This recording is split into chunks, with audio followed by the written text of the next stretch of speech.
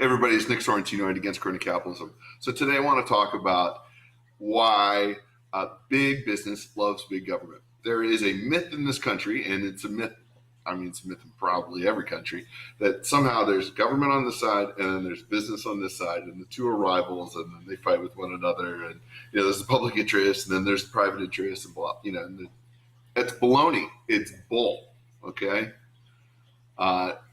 Government and business, especially big business, are partners. They work together. They always have. They likely, to some extent, always will, though we should always fight it. And this is the state of things. And cronies on both sides of the equation, on the government side and on the private side, benefit from a significant amount of the population not understanding that it isn't yin and yang. The two work together. Consider whether GM is against small government or for small government. I don't think so.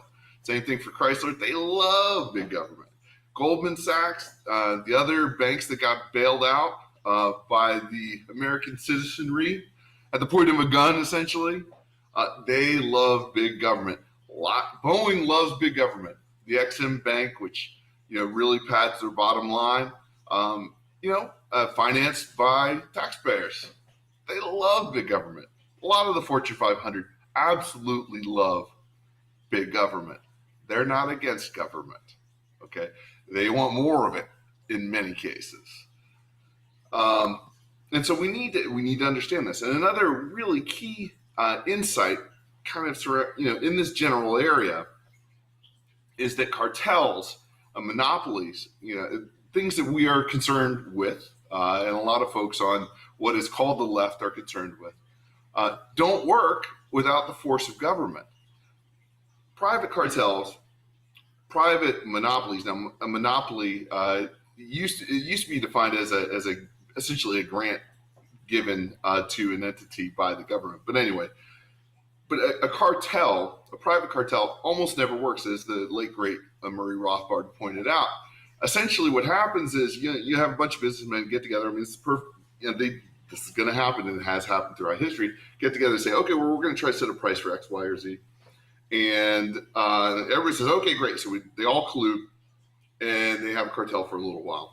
But what happens is invariably one of these firms starts undercutting the other firms, and then the other firms find out, get mad, and the whole thing blows apart. However, if you can get the government to enforce this cartel, then that's a different game. And that is a game that has been played by businessmen and progressive politicians since the before the 1900s, but at the beginning of the 1900s particularly. So I'd be interested to get your thoughts on big government and big business and why they like each other so much. Until next time, I'm Nick Sorrentino against Crony Capitalism.